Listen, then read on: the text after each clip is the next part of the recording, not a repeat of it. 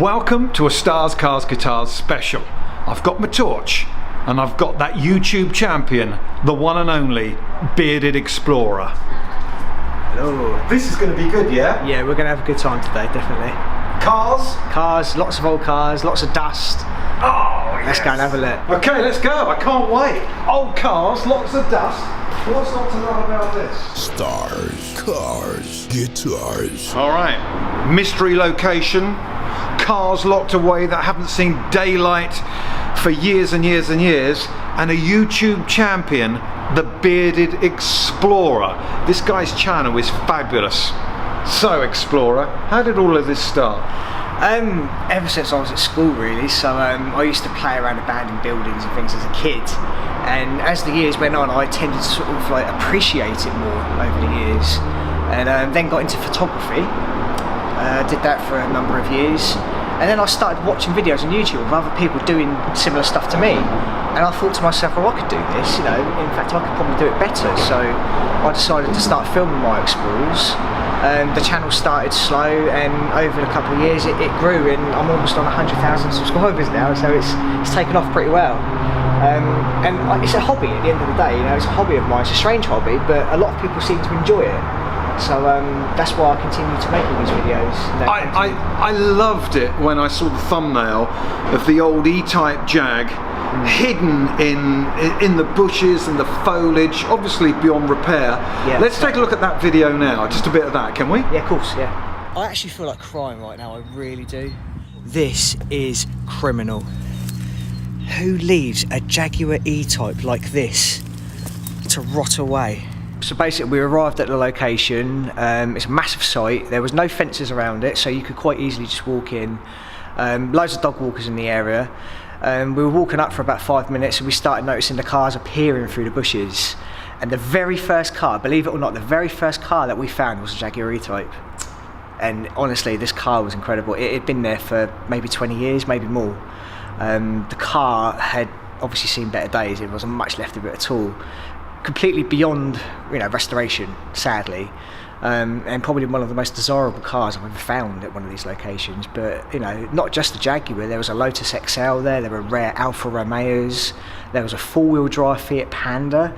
You know, very unusual. We don't care about the Panda. Yeah. But your golden rule is you will not take anything, you will not touch anything, but it must have been very, very tempting. You see an E-Type that has been there for years and years and years, and the steering wheel would be worth having. The gear knob, the wire wheels, had they not been in such a bad state, isn't there a part of you that would think, I just as well have that gear knob? It doesn't interest me in the slightest. I don't need to steal stuff. The golden rule, like I say, is never take anything, you know, leave just footprints. There's a lot of urbexers out there who use the hobby to commit crime like that, but it's not in my blood. It's something I don't do. You know, I don't really care how much it's worth. You know, it's just nice to see it how it is and leave it alone. You know. Now here, there are cars locked away, and I've seen a really interesting car. Can we go and take a look? Absolutely, yeah, let's go and have a look. Now, Bearded Explorer, I'm really excited about this because when this car was released to the British public in the mid-70s, it was Car of the Year. British Leyland kind of ruined the story, yeah. As they have a habit of doing in the 70s, but this is a beautiful Rover SD1. Now, this one's from '87, and you know that this hasn't been on the road for a long while. Yeah, 2011 it was last MOT'd. It's quite easy to do. You can type the registration into the Gov website and it gives you all the MOT history. So this car has been sitting here since 2011, and it's a shame. You know, it's a very desirable car. And it's a waste if you ask me. It's, you know, it really is. We can't even really make out what colour it is because it's covered in dirt, and you can see that obviously some animals have been walking over it, yeah.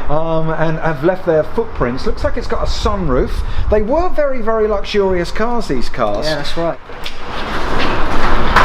All of these cars, why, lovely old Merc here, why are we so fascinated with old cars? I don't know. So many of us just can't stop looking at them and watching all these brilliant YouTube videos. I know. Something about them, isn't there? I don't know what it is. I mean, I'm a petrol head, massive petrol head, and I love old cars, but it just seems to be just such a big community you know, that just loves cars. I mean, car videos, you know, on YouTube, but just go through the roof. I wonder. I suppose every car tells a story.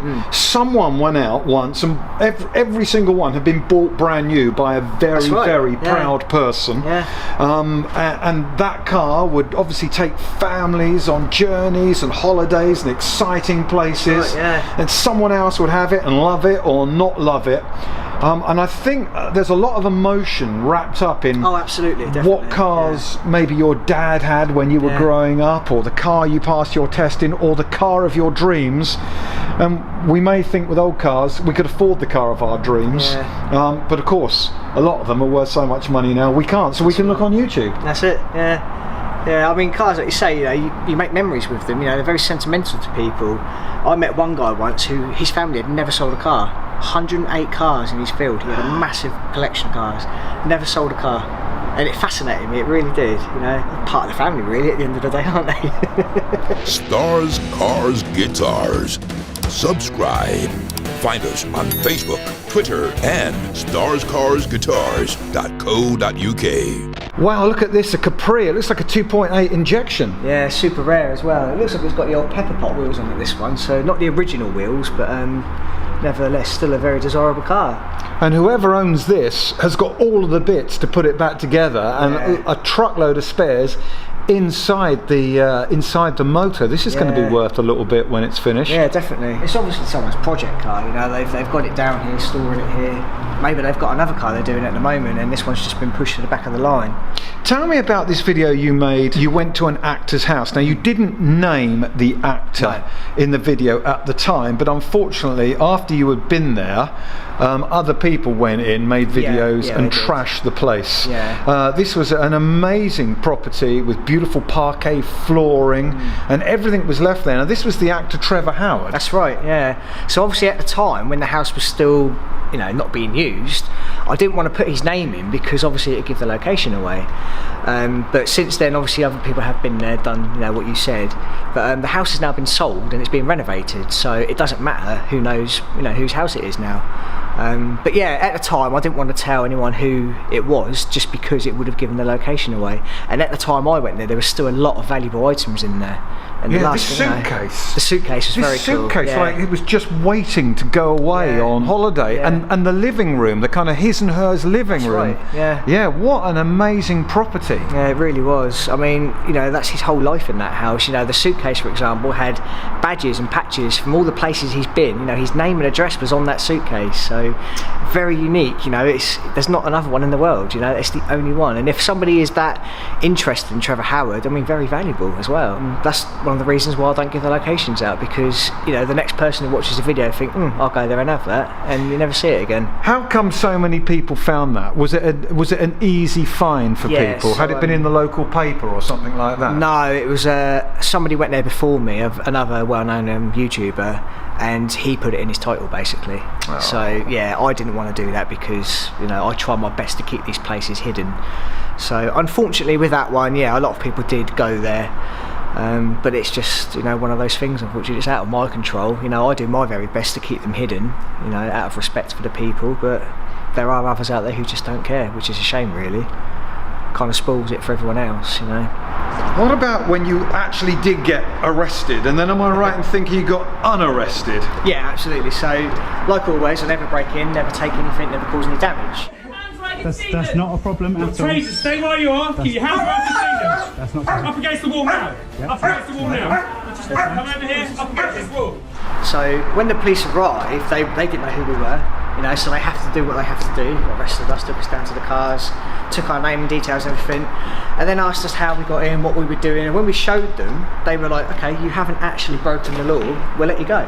But the brilliant thing about this video is, when the dogs were barking, the police dogs were barking, and the police were on the other side of the door, you kept filming. Now, did you keep filming on purpose, or did you, you know, in the moment think, oh, you didn't even realise your gear was on? No, we always film. So we always film our point of entry, so we can prove how we got in. And if we ever get caught, we always film that, just in case there's any foul play, if anyone gets too aggressive, you know, for our own safety. We basically film it, you know, just for that purpose. But obviously that situation was quite entertaining for other people to watch, with the dogs barking and police shouting at us, you know, tasers pointed at us. I won't lie, it's terrifying. I've always had a soft spot for the Hillman Imp. Yeah. My dad had one as an extra car when I was a kid. It was like his second work car. And then I had one. Of course, they were famous for overheating with the head gasket. Yeah, they were. But look, it says in the back there, Supreme for quality cars, Rustington. All you need to do is dial 4830. Could you maybe Google for me Supreme, and is there anything about Supreme We'll have cars? a look. Yeah, we'll have a look. Yeah, definitely. In 1969, someone would have been thrilled that they had a brand new Hillman Imp. I mean, let's be honest, they weren't as good as Mini. No. But you know, they were fun. They were nippy. So this has come up, Supreme Cars in Cheltenham. So this could be a different business.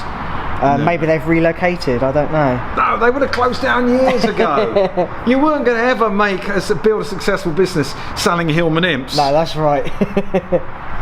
My friend's dad used to have one, and it was converted for hill climbs, and it had a motorbike engine in the back, a Suzuki Hayabusa. Wow. Super fast, really fast.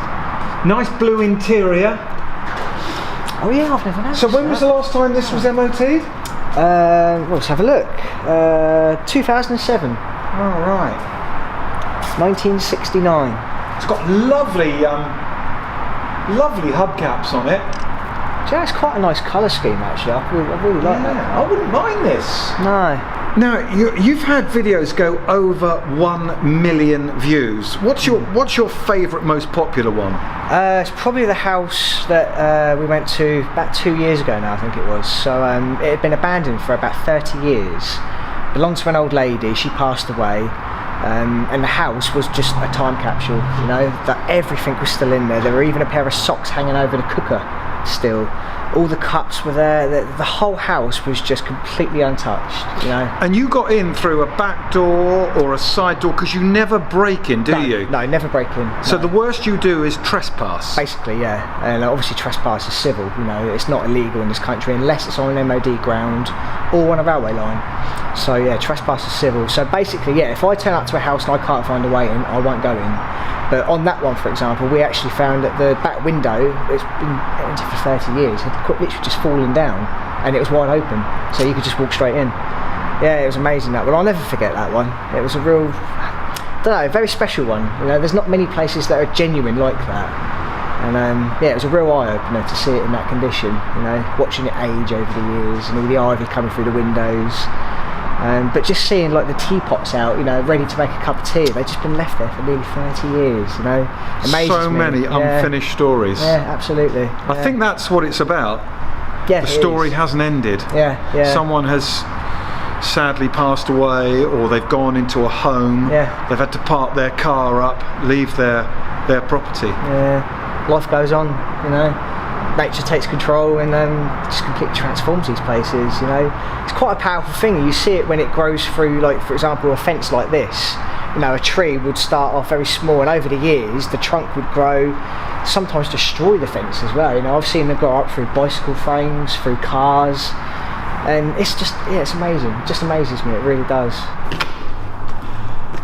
I've really enjoyed this. It's always interesting to meet and talk with you, but I'm glad we've made a video. Stars, Cars, Guitars loves the Bearded Explorer. Just keep doing what you're doing. Just keep giving us those videos on YouTube. I will do. Every Friday? Every weekend. Every weekend. Yeah. All right, we're every Friday, you're every weekend. Yeah. Thank you.